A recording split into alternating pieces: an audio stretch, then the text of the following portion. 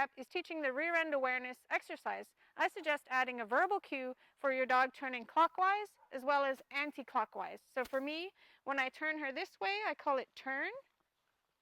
Good. And the other direction, I call flip. Awesome. So when your dog can do that, you just take away the platform and retrain the behavior without the platform. So you're going to have to go back to basics, and you're just going to mark the tiniest little turn in the right direction. Turn, yes. And on the other side, flip, yes. And as your dog progresses, you can add more turning without the platform. Good job. The next step is teaching your dog to back through your legs. A very simple way to do this is have treats in both of your hands, lower your dog between your legs. If your dog is uncomfortable with this, you need to spend time teaching him to be comfortable between your legs by taking it slowly, but lower your dog between your legs. When he's comfortable with it, you're going to have two treats in both hands, and you're going to bring the treat behind your leg like this and mark the moment that the dog backs up to get the treat. So it doesn't matter which treat he's following. Ready?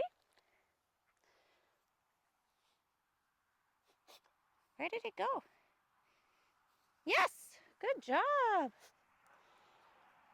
When your dog is getting really good at this, you can lower them a little bit further forwards like this, but not too far that their bum is in front of you, because then they might not back through your legs at first. So I've got her hips between my legs like this, and if she gets up, I'm just going to lower her forwards or replace her so that she's standing. Ready? So I'm going to pull the two treats back. Where did it go? Look, there it is. Good. Ready?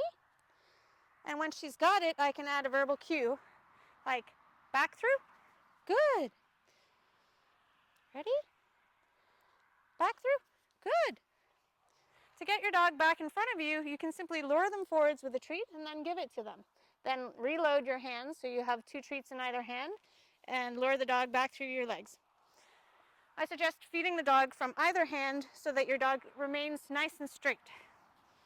Ready? Back through. Good.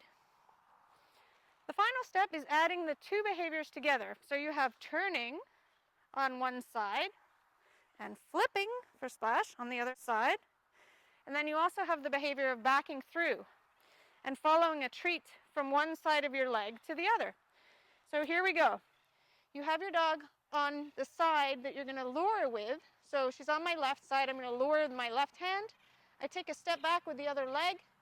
I say turn, and then I say back through. Awesome. And on the right side, I'm going to lure with my right hand, take a step back with my left leg, and I say flip, and then back through. Awesome.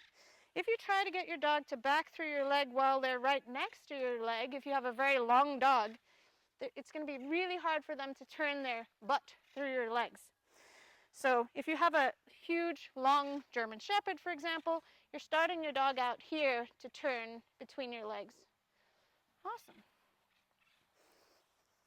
Awesome.